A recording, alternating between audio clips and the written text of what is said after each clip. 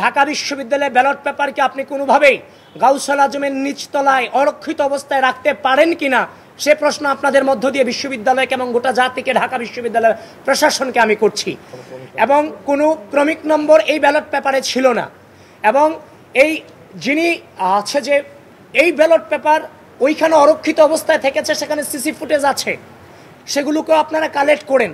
কারণ ক্রমিক নম্বর না থাকায়, ব্যালট পেপার অরক্ষিত অবস্থায় থাকায় ভোটের উপস্থিতি এবং ভোটারদের উপস্থিতি এবং ভোট করার হারের যে অসামঞ্জস্যতা, সব কিছু মিলিয়ে অবশ্যই আমরা কারচুপির দৃষ্টান্ত তো অনেকটা দিয়েই দিয়েছি, বাকিটা বের করার দায়িত্ব আপনাদের।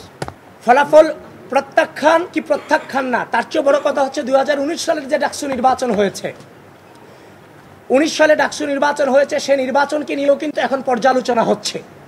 সুতরাং 2025 সালে ডাকসু নির্বাচন হয়েছে, যে অসঙ্গতি এবং অনিয়ম এবং কারচুপির অভিযোগ এসেছে, সেগুলো নিয়েও পর্যালোচনা চলতে থাকবে যতক্ষণ না পর্যন্ত সুষ্ঠু নির্বাচন এবং প্রশাসন তার অবস্থান ক্লিয়ার করতে না পারবে বিষয়গুলো নিয়ে।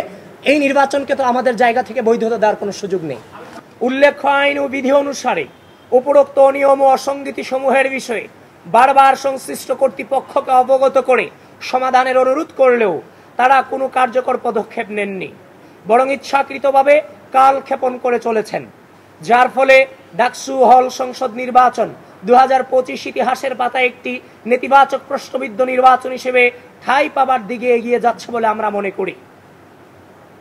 গণতান্ত্রিক মূল্যবোধের ধারক বাহক যে সংগঠনের সকল পর্যায়ের নেতাকর্মীদের সুদীর্ঘ সংগ্রাম ও সর্বোচ্চ আত্মত্যাগের উপর ভিত্তি করেই বাংলাদেশ গণতান্ত্রিক পুনরুজ্জাগরণের দিকে এগিয়ে যাচ্ছে, সেই বাংলাদেশ জাতীয়তাবাদী ছাত্র দলের প্রতিনিধি হিসেবে গণতান্ত্রিক প্রক্রিয়াকে এভাবে ভুলুণ্ঠিত হতে দেখা আমাদের জন্য চরম হতাশাজনক ও কষ্টদায়ক।